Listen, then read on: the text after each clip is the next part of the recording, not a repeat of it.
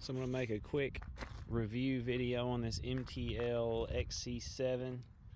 This thing has the piston motor on it.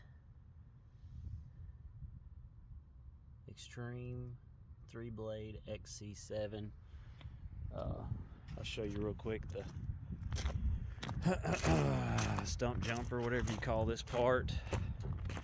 It's a 3-blade. I ordered it without the carbide teeth because I do mainly grass and I feel like it would slow it down. So this thing's holding up really good. I've been bush hogging, 5-acre fields. There's what, 3 or 4 of them I do every year. I've had this 2 years now. It's holding up really well. I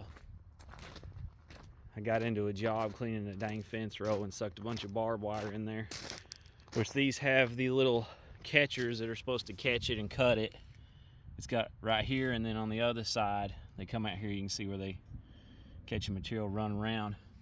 But I got into just a big old nest, sucked it in, wrapped it around the drum. I kept running the machine. Now I used to have a rut, and it got vines sucked in here around this shaft, and their design had a big old seal, and the vines instantly tore the seal. All the oil drained out. This cutter uses grease, has a grease fitting on the top. You can see where some of the grease has come out where I've over greased it. The way they designed this big old hub right here, it's a little bitty thin area, very close tolerance, you can't even feel it with your fingernail up in there. Very good design, keeps it from, string or baling twine or vines getting sucked up in there around that hub.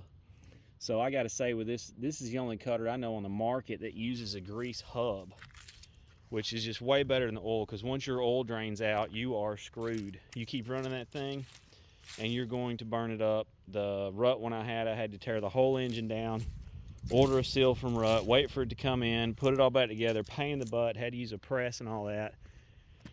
This thing, you just keep pumping the grease in. So it's a really good design. I'm really happy with it. Now the rut did have, you can see right here, it's wore. Like I said, I do mainly bush hog and grass, which I get into, big 5-7 inch trees on these dang fence rows a lot, and this machine just chews them up. That piston motor, you can't stop it, but the edge here is wore and come down. Like I said, I've got 2 years in this thing. So the rut had a angle iron welded on here. It was bolted and a wear area, but the rut cracked. It was all braced right here with rudders, but it cracked in this area all the way around the front, just cracked. This thing is held up great there, it just wore. So I'm just gonna weld a big old fat piece of angle iron on here, 1/2 inch thick, and that'll cover that. Ain't too worried about it, especially if it ain't cracking. That's what's got me impressed. They did a really good job on these cutters, the way they engineered them.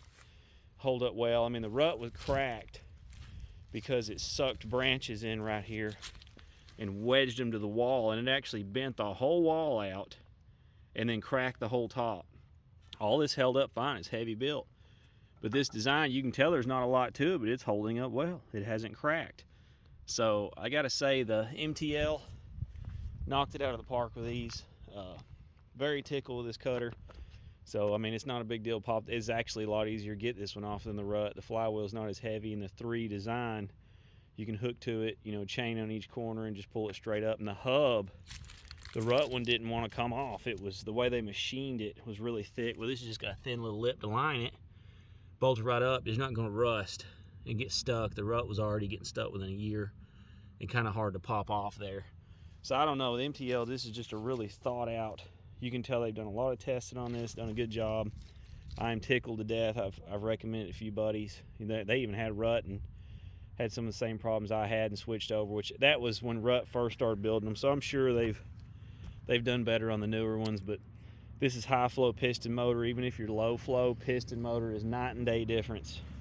You can't stop that thing. Even if I run this on low flow, it's still, you can't hardly stop it. It just, those standard motors, whatever they are, they'll just stop.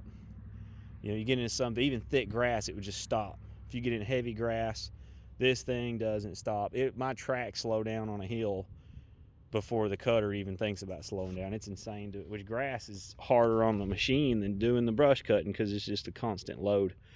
But tickle to death of the cutter, highly recommend them. So I mean, this is any cutter you get, you're gonna have to go through this crap. It got so much in there, it wound it up, and luckily it didn't I ran that thing for 3 hours, 5, 6. I knew it was wrapped up, and didn't hurt nothing. So, I mean, it's hard to complain with that. I got the job done, where if I was in that rut, or any brand I know of that runs oil, you would have had to stop right then, take that cutter home, or you're going to blow your seal out and lose all your oil. You got to stop the job. I knew this had grease in it, and I said, you know what? As long as it's going to spin, we're going to run it.